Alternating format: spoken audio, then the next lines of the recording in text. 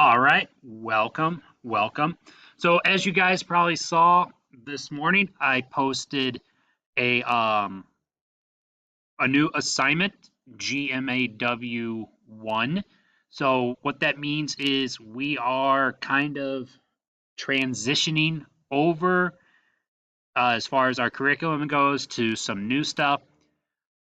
Basically, what's going to happen is when we come back, we will kind of forego and skip over that one little project that we were working on, and we're just going to get right into MIG welding.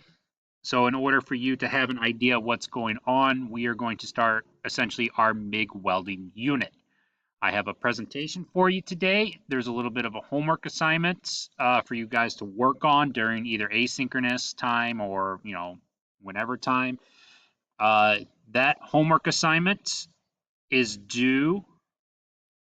When did I make it due? It is due October 23rd by 11:59 p.m. So that's basically, you got till midnight Friday to get this homework assignment done. If there are no questions, I'm going to switch us over to the presentation tab, and then we'll get right on.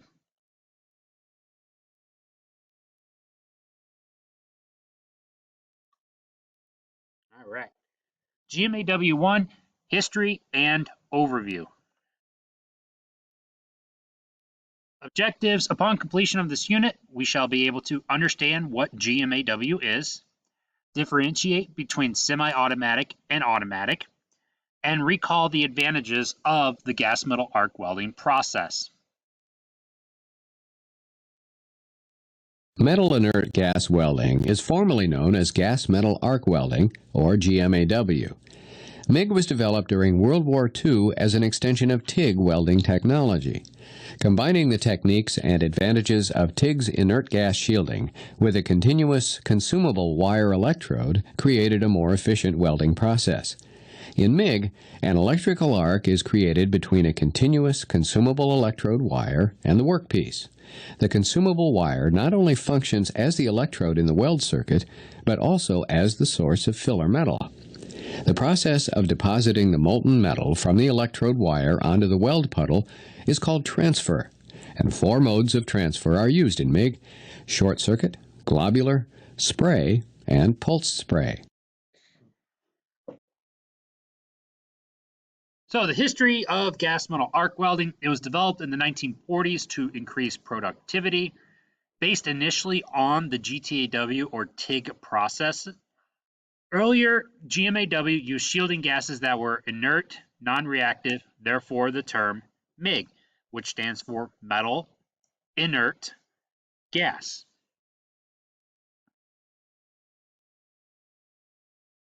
Gas metal arc welding, GMAW, is defined by the AWS, an arc welding process that uses an arc between a continuous filler metal electrode and the weld pool. The process used with shielding from an externally supplied gas with or without the application of pressure. So you can see how this basically works is gas comes out of the nozzle here after the gas has displaced all of the oxygen from our environment. The gas, the metal wire comes down. The metal wire in contact with the contact tip is electrically hot. Same concept as our stick welding electrode. It comes in contact with the metal, causes everything to melt, and we end up with a nice weld pool. The history of GMAW continued. Microprocessors changed GMAW to add control to the GMAW that creates the ability to do better control how metal is deposited into weld joint to increase productivity and weld quality. Processes like RMD, ProPulse, AccuPulse, Profile Pulse, and others. So basically, once we started adding computers and processors to the MIG machine, we really stepped up our MIG welding game.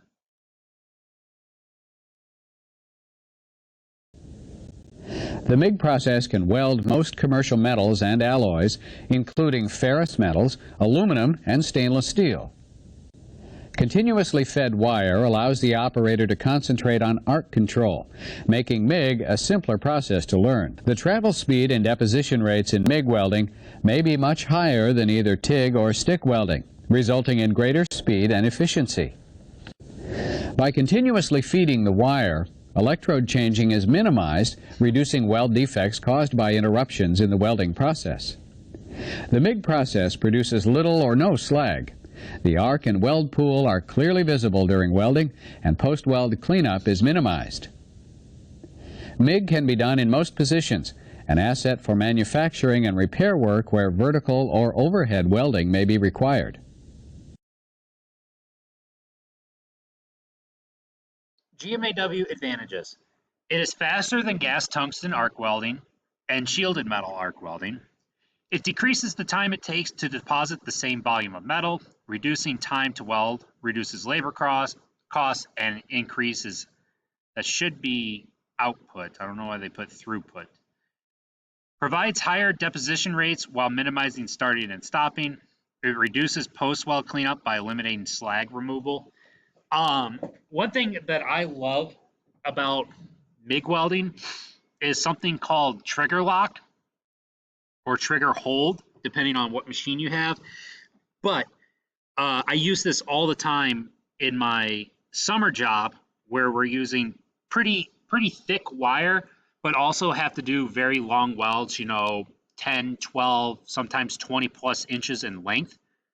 What I like about trigger hold is you pull the trigger, the wire starts coming out, you initiate an arc, and then after about 2 seconds of welding, you can let go of the trigger and it will continue to feed. That way you don't have to sit there and hold this trigger for an extended period of time, which is very tiring on the hand. You can hold the trigger, let it weld for a minute, let it go, and then you can just kind of hang on to the whip and it'll continue to weld. And then when you're done and you want to turn it off, you just blip the trigger again and it shuts it off.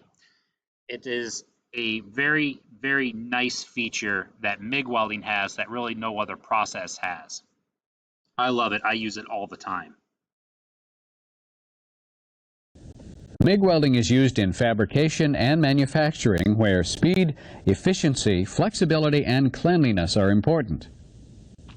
Because MIG can weld most metals and alloys and can be used on vertical or overhead surfaces, it's a good choice for maintenance and repair uses. The MIG process is well suited to applications that require work on a wide range of metals because the electrode wire and shielding gas can be matched to the weld material.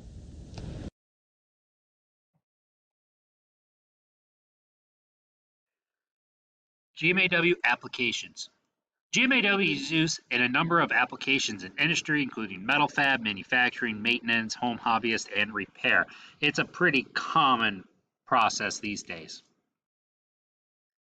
So GMAW is applied in two basic ways. We have semi-automatic or automatic.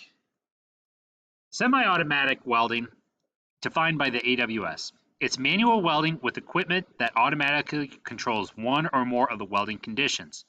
The wire feeder is controlling the filler metal addition, and the arc voltage is controlling the arc length. Hence, two parts are being controlled automatically.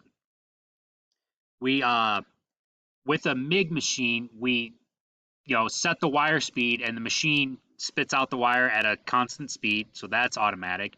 And then we set the machine voltage, and the machine automatically applies that voltage as well. So that makes it semi-automatic because we still have to control the actual welding process itself. We have to manually apply the bead. Automatic welding, defined by the AWS. It is welding with equipment that requires only occasional or no observation of welding and no manual adjustment of the equipment controls. So two examples of that are fixed automation, which utilizes a dedicated machine specifically designed for arc welding the same specific parts on a continuous production basis with minimal part variation. And then we have flexible automation, which is typically a robotic arm arc welding system where parts can change and the robot can be programmed to change and even see and adapt part variations. So here's our basic GMAW circuit. We'll start off with our power source or our welding machine. We have our work cable and work clamp. You guys are familiar with that. Here's where things start getting a little bit different. So we have a couple of different lines coming out of the machine. First, we have our actual electrode cable itself. So this is carrying our amperage into our MIG gun. We have a secondary wire coming out that controls the actual spool and the feeder itself. So that's an additional supply. Over here, we have our shielding gas, our regulator or flow meter, and our gas hose also goes into our wire feeder as well. Then all that comes out in a single whip, carrying the gas, carrying the wire, carrying the current to our MIG gun. MIG gun has the trigger on it, wire comes out, welding happens. GMAW circuit. So, voltage is the electromotive force that causes electrons to flow. We've talked about this. Amperage is the amount of electrons that flow past a given point in 1 second. Resistance is the opposition to current flow. These are things that we need to remember. That's why they put them in there. All right. So that was our introductory lesson into the MIG stuff. I've got some stuff planned for us on Wednesday, some live demonstration stuff. Should be fun. We might be able to, like I said, once we come back, we'll all be just all hands on deck with the MIG stuff because there's a really big MIG project that we do in here that we got to get going on. So just kind of be prepared for that. Let's see here. What time does this? 9:25, right? Yes. All right. So that is my lesson for today. We are here together until 9:25. That's when we would switch over to asynchronous learning.